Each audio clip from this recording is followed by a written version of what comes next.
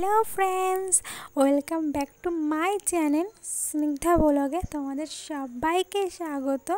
আর আজকে কিছু কেনাকাটির জন্য চলে গেছিলাম বাজারে।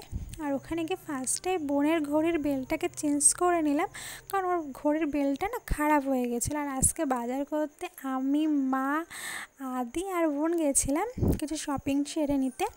আর তারপরে চলে গেছিলাম মলে। ওখানে গিয়ে কিছু জিনিসপত্র কেনা ছিল, সেখানে গেছিলাম। আর তারপরে পুজোর যে কালেকশানগুলো সব উঠে গেছে এখন, সেগুলোও দেখতে গেছিলাম। যদি কিছু পছন্দ হয় তো নিয়েই নেবো, কারণ আর কদিন বাকি বা পুজোর না।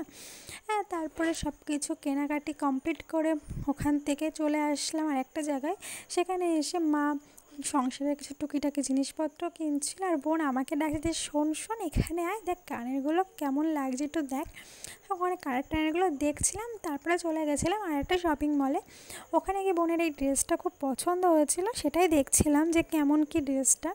ওখানে সেই ড্রেসটা কমপ্লিট করে আমাদের কিছু কসমেটিক্সের দরকার ছিল, তার জন্য কসমেটিক্স কিনতে গেছিলাম।